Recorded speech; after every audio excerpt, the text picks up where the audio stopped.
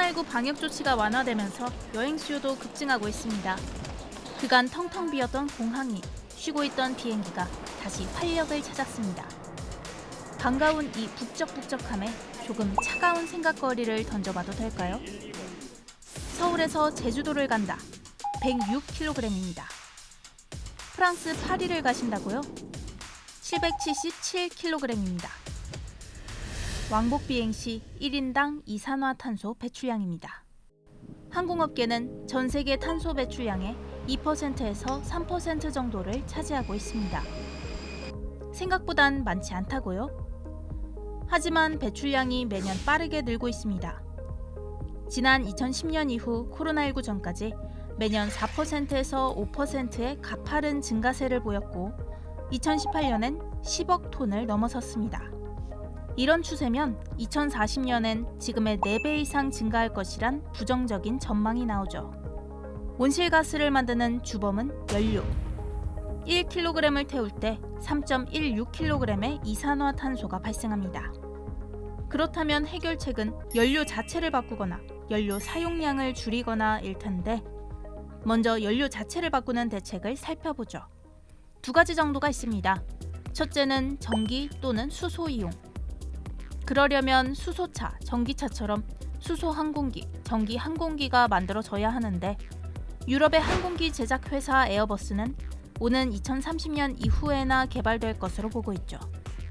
또 다른 한 가지는 석유가 아니라 다른 원료를 사용해 연료를 만드는 방법입니다.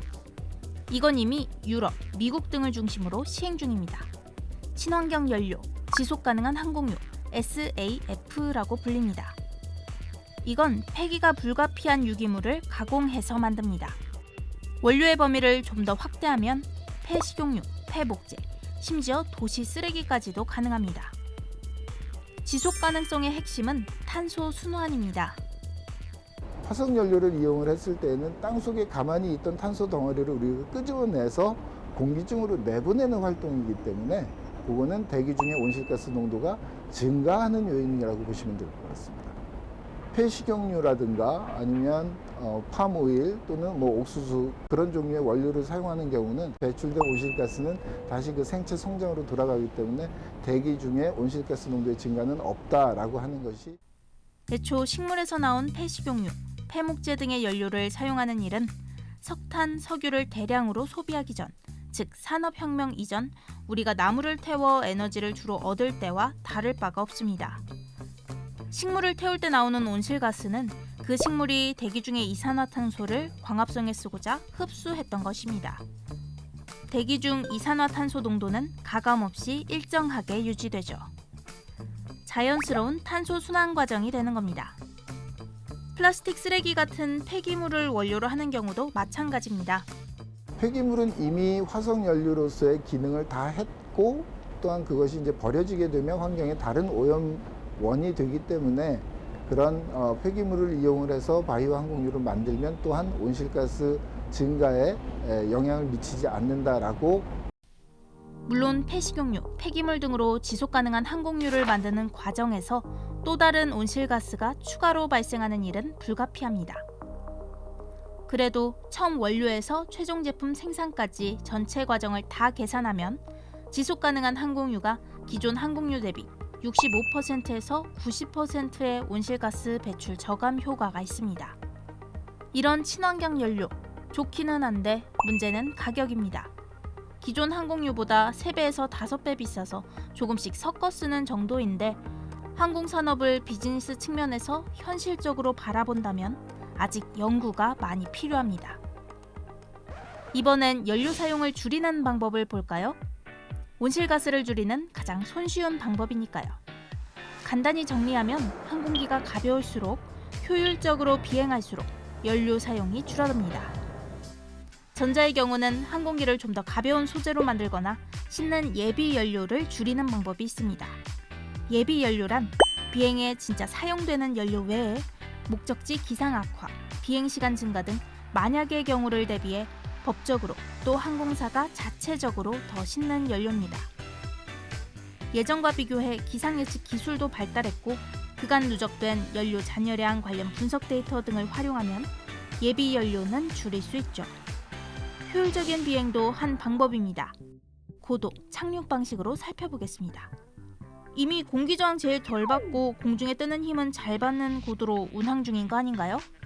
물론 어느 정도의 범위 내에서 그렇긴 한데 항공기간 부딪히지 말라고 지정해둔 안전거리라는 것이 있습니다. 예를 들어 3만 피트가 최적인데 A라는 비행기가 그 높이에서 난다면 그 다음 B 비행기는 같은 방향이라도 3만 2천 피트에서 날아야 합니다. 반드시 확보해야 하는 이 간격 2천 피트를 1000 피트로 줄이는 것.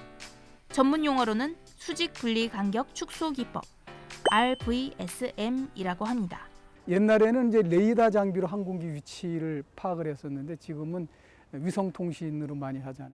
고도를 많이 분리해야지만 옛날에는 안전하다고 생각했는데 지금 기술은 고도 분리가 그렇게 멀리 떨어져 있지 않아도 똑같은 수준의 안전을 유지할 수 있으니까 그걸 촘촘하게 해놓으면은 연료 소모량이 적은 고도를 선택할 수 있는 가능성이 높아지는 거지. 또 착륙할 때 어떻게 내려오느냐도 연료 사용량에 영향을 줍니다. 착륙을 하러 들어오려면 고도를 낮춰야 되잖아요. 수평으로 가다가 조금 내려가다가 또 수평 가다가 또 내려가다 이렇게 계단식으로 내려가거든요. 고도를 낮출 때 고도를 이렇게 낮추면 연속 강화라고 해요. 연속 강화를 하면은 연료 소모가 적은데 계단식 하강도 앞뒤 항공기의 안전한 간격 유지를 위해 그랬던 건데 위치 파악이 정확히 된다면 연료 사용량과 온실가스 발생이 적은 연속 강하 접근을 할 수 있죠. 예비 연료 감축, 수직 분리 간격 축소 기법, 연속 강하 접근 모두 지금 현장에서 일부 적용 중인 방법입니다. 기술적으로, 제도적으로 뒷받침이 되어준다면 안전에 지장이 가지 않는 선에서 더 확대될 수 있을 겁니다. 발전만을 거듭해온 항공업계가 마주한 탄소의 벽. 앞으로도 하늘길이 자유롭기 위해서는 항공사, 정유사, 정부, 항공 관련 국제기구 모두가 각자의 영역에서 노력해야 합니다. 물론 그 노력은 쉽지도 싸지도 않습니다. 하지만 그렇게 항공업계가 온실가스를 줄이지 않으면 기후위기의 충격 앞에서 우리는 비행기 여행을 아예 못할 수도 있습니다.